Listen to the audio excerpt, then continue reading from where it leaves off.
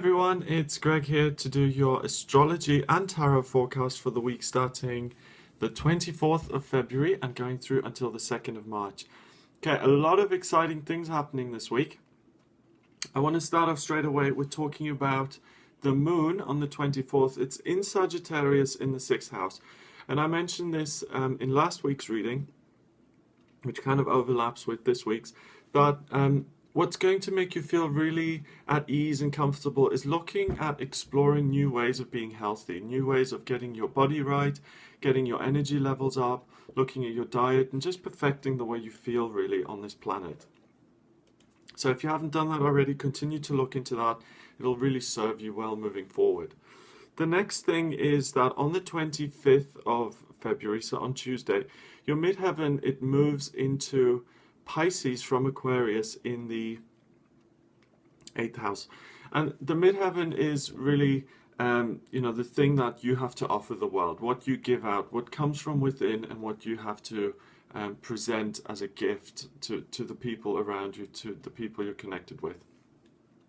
And the fact that it moves into Pisces means that you're going to have a real knack for kind of offering emotional insights, emotional knowledge, emotional understanding around things, in particular regard to relationships, and particularly romantic, intimate relationships.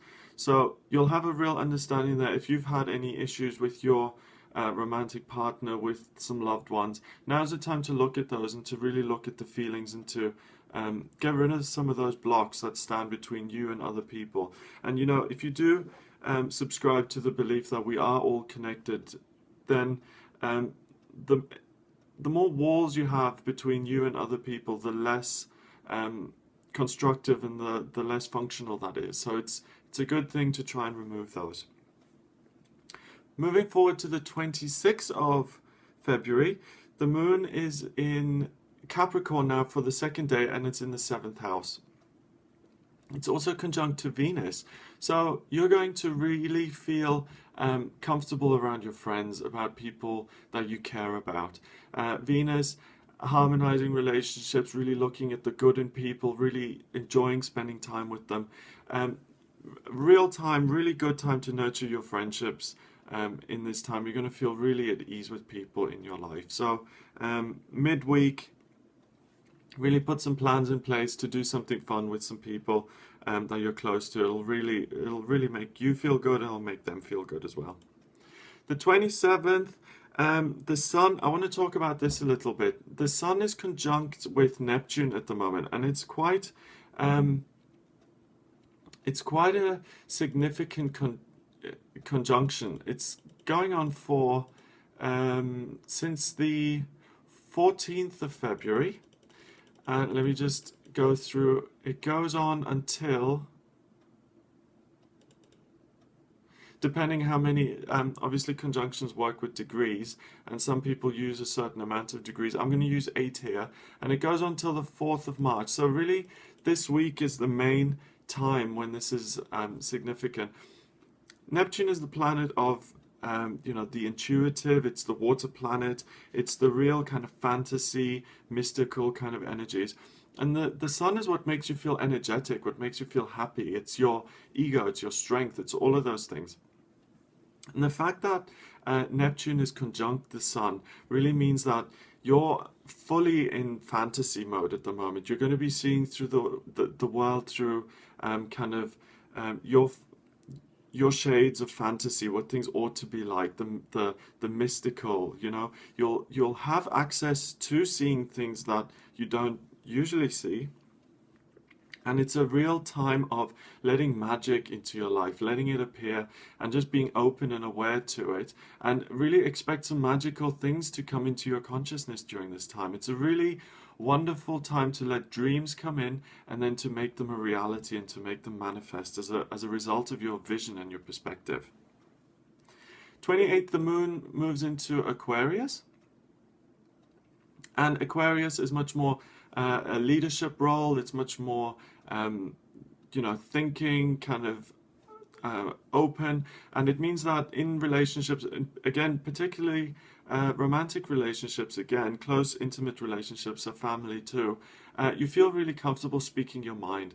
So if you've felt blocked in the past, kind of leave it until the 28th. Things will flow quite naturally.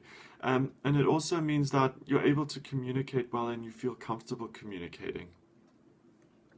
That's kind of highlighted by Mercury in the same sign, in the same house, 10 degrees away. So it is, you know, just kind of borderline, but it means that communication is really going to help you. And it's interesting because on this day as well, Mercury actually comes out of the retrograde period that it's been in. So expect things to just ease up again. It's been amazing how many people I've spoken to this month whose phones have stopped working. And it's interesting because at the beginning of the month I said something about, you know, Mercury retrograde. Not every computer stops working. People really over-egg that kind of pie. But really, I've learned this month that technology really does respond to these kind of energies very, very strongly. And you'll all be very pleased to hear that this Mercury retrograde is now ending on the 28th. Moving forward into the 1st of March, the new moon on this first day of the month, and the new moon is in Pisces. The new moon is the period when the moon is completely dark. It's when you plant those seeds, and things start to kind of grow and develop. And the seeds that you're planting are emotional plants, plants of emotional well-being, of a real sense of emotional peace and stability. Tranquil waters, that phrase comes to mind. So really be aware of that. It's also a very interesting time because not only is the new moon in Pisces, but the moon is conjunct Chiron at exactly the same degree, 13 degrees in Pisces. It's conjunct the sun, it's conjunct Neptune, that fantasy kind of energy that I was speaking about, and it's also conjunct the midheaven. So what you've got is these 5 really strong, powerful, heavenly bodies really just lumped together and just melding their energies. And it means that you heal your 3D physical world by the dreams you infuse into it. You feel at peace within yourself, you feel at peace within your life, and you're able to take that peace and that dream fantasy quality and you're able to bring it to the world in a wonderful, unique way.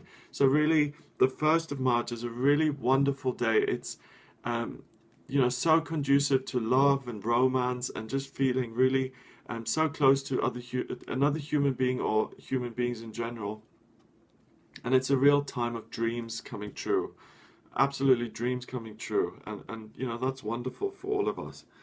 The 2nd of March, Sun moves into the 9th house, so that energy, that sense of purpose, drive, you know, movement and energy moves into the 9th house, which is really about exploration, higher learning, and it's in Pisces. So really expect to learn something about the way you feel about certain things on the 2nd. Expect an emotional breakthrough. That's what I mean. So I've spoken about this recently, but sometimes, you know, you go into a situation and you feel really flat and you think, I should be feeling something here. What's going on? And that's when you have that kind of response or reaction, that's an emotional wall. That's a block that you've placed there in the past. And one of those walls comes down today and you're able to really explore your own feelings. So look out for that. Also, interestingly, we've got Jupiter in the 12th house, Pluto in the 7th house, and Uranus in the 9th house. There's a T-square happening, and a T-square is usually an opposition, well, always, an opposition and a conflict between opposing forces, and then the resolution of that. So the conflicting forces are Jupiter in the 12th house, so really the spiritual side of things, having a real knack for that. The conflict is wanting to work on your relationship and wanting to transform your friendship, so that's going to be pulling your attention away. The way out of this and the way to resolve this situation is to put your energy and your focus on having those emotional breakthroughs that I just mentioned, and to feel things differently and to change your perspective around those. That's going to be the way forward, really. Okay, so that's in terms of the astrological energies. I want to draw my 3 cards now to see what are the really 3 key things for the week, or the key influences that we need to look at, or what signs of the zodiac are going to be affected most. So I'm going to draw my 3 cards. There we go. Okay. Okay, the first card is the Fool. Let me just get it there so you can see it without too much glare. Oh, yeah, there we go. Right, first card is the Fool, which means new beginnings, and this is really to do with that 1st of March energy, that really possibility to really heal your kind of emotions and your visions and your dreams, and to really have a new start in terms of relationships. So I really see that's there for everyone, everyone watching this reading, regardless of star sign. It's a real potential for everyone to really have that new beginning in terms of love and romance and caring about other people. The next card is Death in Reverse, and Death in Reverse is Scorpio. And what that means, again, Death in Reverse is new life, and this particularly affects you, Scorpio, which means that you're going to be able to finish that focus on deep feelings, the things you're kind of comfortable with. You're in particular going to be able to really lighten up and to really explore those lighter, happier kind of feelings. And you in particular, with the romance side of things, you in particular have a real opportunity for this, so really watch out for that. Okay.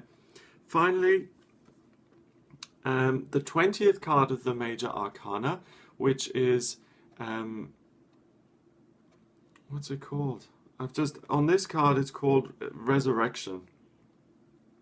Right. In the normal tarot it's called Judgment, but it is Resurrection, and it's Pisces, and it's in reverse. So again, this is all about new life. It's about new feelings of emotion coming up, and the fact that this is in reverse means that anxiety you've possibly been feeling, or that loneliness, that comes to an end.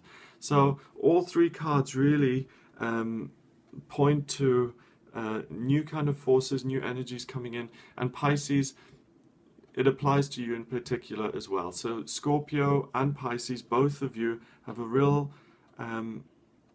knack for this at the moment. You're going to be the 2 signs affected most by this, and it's interesting as well that both of you are water signs, and that you have this particular aptitude for romantic, loving feelings at this time.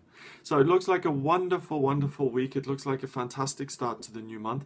I hope you have a wonderful start. If you have any questions, then please get in touch with me here via the YouTube channel or on Facebook. And also, if you'd like a private reading with me, then send me an email, which the address is readings@gregoryscott.co.uk, or visit my website, which is gregoryscott.co.uk, for more information. I hope you have a wonderful week, and I will speak to you soon.